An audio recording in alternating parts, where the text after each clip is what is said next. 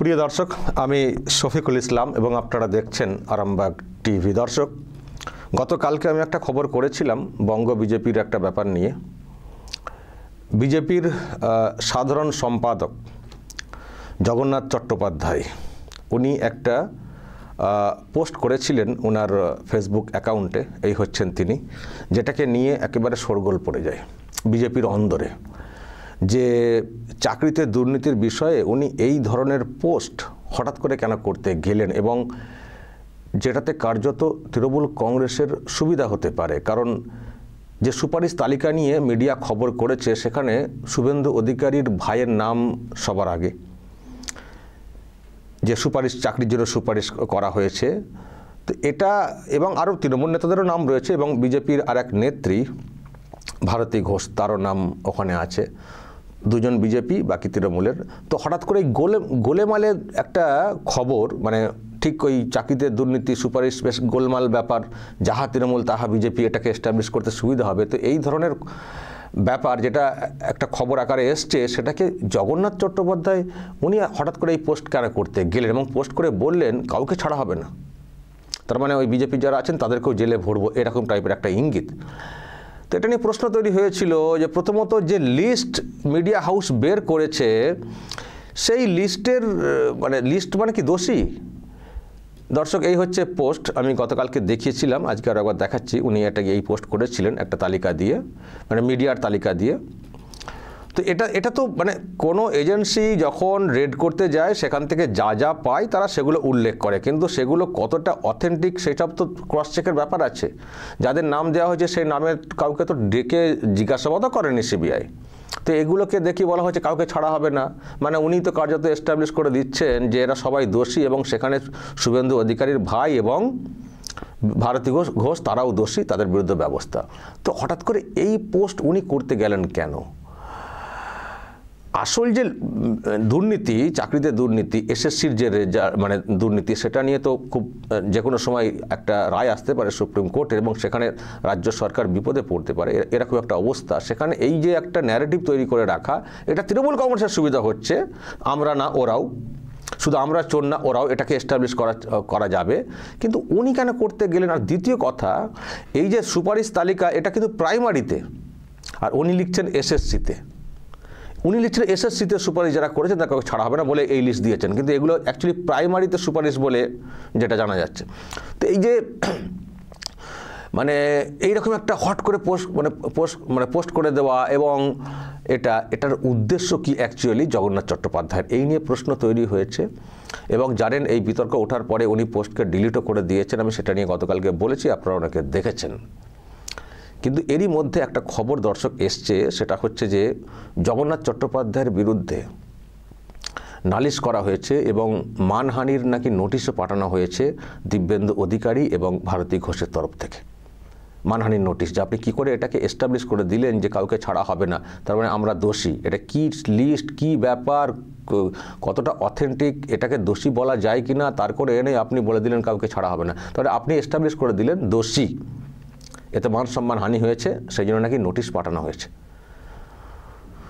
তো যাই হোক, এসব তো হয়েছে, কিন্তু এখন আমি একটা বিষয় আপনাদেরকে দেখাবো। দর্শক, ভারতী ঘোষ একটা পোস্ট করেছেন এই নিয়ে।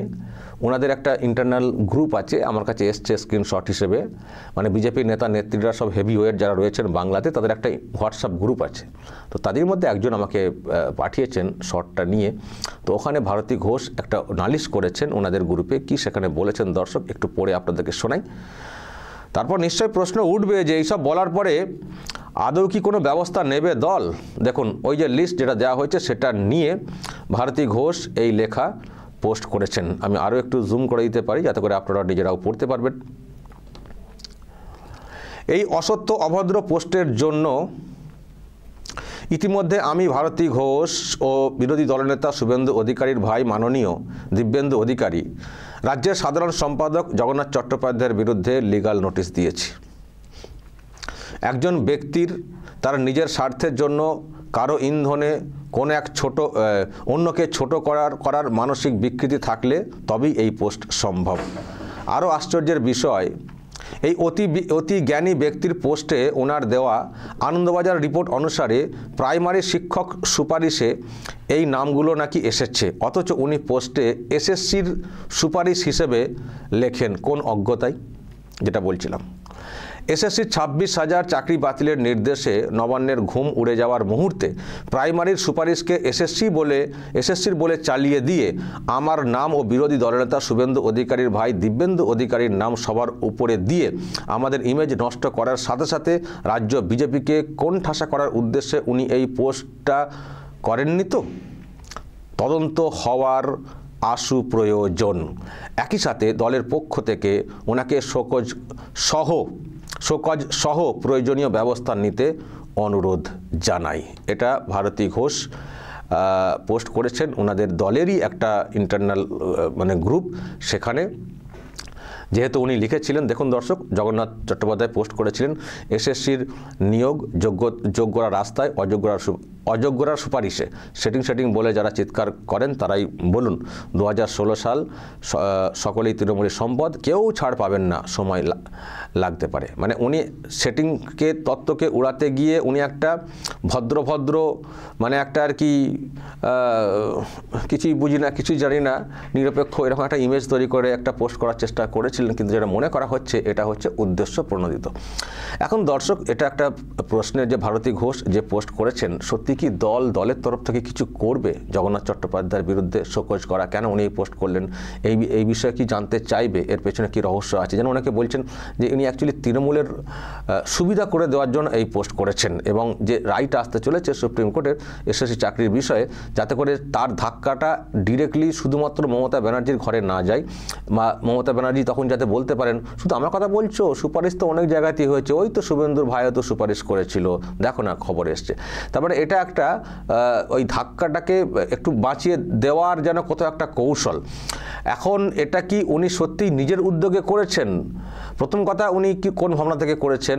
বিতর্ক হয়তো এটা নিয়ে তৈরি হয়েছে, উনি হয়তো বলবেন যে না আমি নিরপেক্ষভাবে করেছি, সেটা ওনার ব্যাপার। কিন্তু যে প্রশ্ন শোরগোল তৈরি হয়েছে দলের অন্দরে, অনেকেই বলতে শুরু করেছেন, এবং কালকে আমি এটা নিয়ে একটা পোস্ট করেছিলাম, তাতেও দেখছি অনেক মানুষ অনেক কমেন্ট করেছেন এবং প্রচুর ভিউ হয়েছে, ওটা অনেক মানুষ দেখেওছেন, আমি দেখতে পাচ্ছি। বিজেপির লোকেরা বিশেষ করে তারা কমেন্ট করেছেন এবং ওনাকে সরাতে হয় পদ থেকে, সেটাও বলেছেন। তো যাই হোক, একটা অন্দরে একটা শোরগোল পড়ে গেছে। তো তাহলে কি মানে উনি কি নিজের ইচ্ছাতেই এটা করেছেন? সত্যি কি তৃণমূলের সঙ্গে যোগাযোগ রেখে উনি চলেন, নাকি এই পোস্টের পেছনে বিজেপির আরও অনেকেরও ইন্ধন আছে এবং তার পিছনে সুপ্ত কোনো ভাবনাও রয়েছে? টার্গেট শুভেন্দু অধিকারী, এটা নিয়েও কি এগোনার ব্যাপার রয়েছে?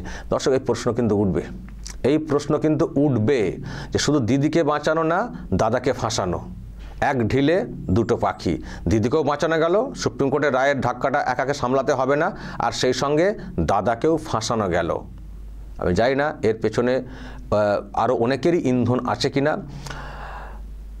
আর শুভেন্দুকেই বা কেন টার্গেট করা হবে দলের এই একটা অংশের তরফ থেকে, সেটা নিয়েও প্রশ্ন উঠবে যে শুভেন্দুর মধ্যে কি সম্ভাবনা তারা আবার দেখছেন বা আশঙ্কা করছেন, সেটা নিয়েও নিশ্চয়ই প্রশ্ন উঠবে। বা আপনাদের মনে যদি প্রশ্ন থাকে দর্শক, বা ভাবনা থাকে, বলবেন কমেন্টে, একটু দেখবো আপনাদের কি ভাবনা। তবে একটা কথা পরিষ্কার, যেহেতু ভারতী ঘোষ এইভাবে পোস্ট করেছেন, শোকজ করা, তদন্ত হওয়ার প্রয়োজন বলে দাবি করেছেন, যদি এরপরে দলের তরফ থেকে জগন্নাথ চট্টোপাধ্যায়ের বিরুদ্ধে কোনো ব্যবস্থামূলক কিছু দেখতে না পায়, মানে ভারতী ঘোষ বললেন, আরও অনেকে বললেন, দলের নেতারা মানহানি নোটিশ পাঠাচ্ছেন, যেটাকে উনি এস্টাবলিশ করে দেওয়ার চেষ্টা করছিলেন, তারপরেও যদি সত্যি দলের তরফ থেকে ওনার বিরুদ্ধে কোনো অ্যাকশান না নেওয়া হয়, তাহলে আমি কালকেই বলেছিলাম যদি সত্যি দলও মনে করে অন্যায় হয়েছে, তাহলে সাসপেন্ড করে দেওয়া হোক ভারতী ঘোষ আর একে দিব্যেন্দু অধিকারীকে সাসপেন্ড করে দেওয়া হোক। তাহলে তো বুঝবে যে সত্যি দল এটাকে অন্যায় মনে করছে। তো দল কেন বিচারের জন্য অপেক্ষা করে বসে থাকবে? বিচার তো যা হবার হবে। তাহলে আপনারা যদি মনে করেন যে এনারা অন্যায় করেছেন, তাহলে সাসপেন্ড করে দিক ভারতী ঘোষ এবং দিব্যেন্দু অধিকারীকে। তাহলে কেন সাসপেন্ড করছে না? তো এখন এমন একটা পজিশন হয়ে গেছে, কিছু একটা করতে হবে। যদি সত্যিই দল মনে করে জগন্নাথ চট্টোপাধ্যায় যে পোস্ট করেছেন দলের ভালোর জন্য করেছেন, সত্য কথা বলেছেন, সত্যবাদী যুধিষ্ঠির, তাহলে আমরা দেখতে চাই দিব্যেন্দু অধিকারী, ভারতী ঘোষকে সাসপেন্ড করে দেওয়া। আর যদি সেটা না করা হয়, তার মানে দল ওই অ্যাঙ্গেলে দেখছে না, তার মানে দল ওই অ্যাঙ্গেলে দেখছে না দিব্যেন্দু অধিকারী, ভারতী ঘোষদের, বা এই ব্যাপারটাকে ওই অ্যাঙ্গেলে দেখছে না। তাহলে যখন ওনাদেরকে এই অ্যাঙ্গেলে দল দেখছে না, তাহলে যে অ্যাঙ্গেলে দলের নেতা পদে বসে এই রকম একটা মেলাইন করার চেষ্টা করেছেন বলে দাবি করছেন ভারতী ঘোষরা, তাহলে তার বিরুদ্ধে অ্যাকশন নেওয়া উচিত। কিছু একটা নিতে হবে, কিছু একটা তো নিতে হবে। দল যে সত্যিই মনে করে যে আমরা সঠিকভাবে চলতে চাই, যে প্রশ্ন তৈরি করে দিয়েছেন জগন্নাথ চট্টোপাধ্যায়, উনি না পোস্ট করলে এত কথা আমরা বলতাম না, এত প্রশ্ন উঠতই না। কারণ এটাকে অনেকে ওই বাড়িতে কিছু পেলে সিজার লিস্ট হিসেবে দেখানো, সেটার ক্রস ভেরিফিকেশন এখনও হয়নি, সুতরাং এটাকে দোষী হিসেবে সাব্যস্ত করে দেওয়াটা বলাও যেত না। তো সুতরাং উনি প্রশ্ন তৈরি করেছেন, তাহলে এর উত্তর দলকে দিতে হবে, কিছু একটা অ্যাকশন নিতে হবে। হয় দিব্যেন্দুদেরকে সাসপেন্ড করে দিক, না হলে জগন্নাথের বিরুদ্ধে ব্যবস্থা নিক। তখন নাহলে বুঝতে হবে ভিতরে ভিতরে আরও হয়তো অনেকের ইন্ধন ছিল, ভিতরে আরও হয়তো অনেকের ইন্ধন ছিল বা ইন্ধন আছে। তারই বা কী কারণ, সেটাও দর্শক আপনারা খানিকটা হয়তো আন্দাজ করতে পারেন বা নিশ্চিন্তে বুঝতে পারেন। তো বলবেন আপনারা যা বলার। আপনাদের কি বক্তব্য, এবং বিশেষ করে যারা বিজেপির কর্মী রয়েছেন নিচুতলার নেতার, তাদের কি বক্তব্য কমেন্টে বলুন। ভারতী ঘোষ, আমি তার ছবিটা এক ঝলক দেখিয়ে দিই, অনেকে হয়তো চেনে, ওনাকে জানেন না। এই যে ইনি এই পোস্ট করেছেন, প্রাক্তন IPS, উনি এই পোস্ট করেছেন। তো এবার আপনাদের যা বলার দর্শক বলবেন কমেন্ট বক্সে, নজর রাখবেন আরামবাগ টিভিতে।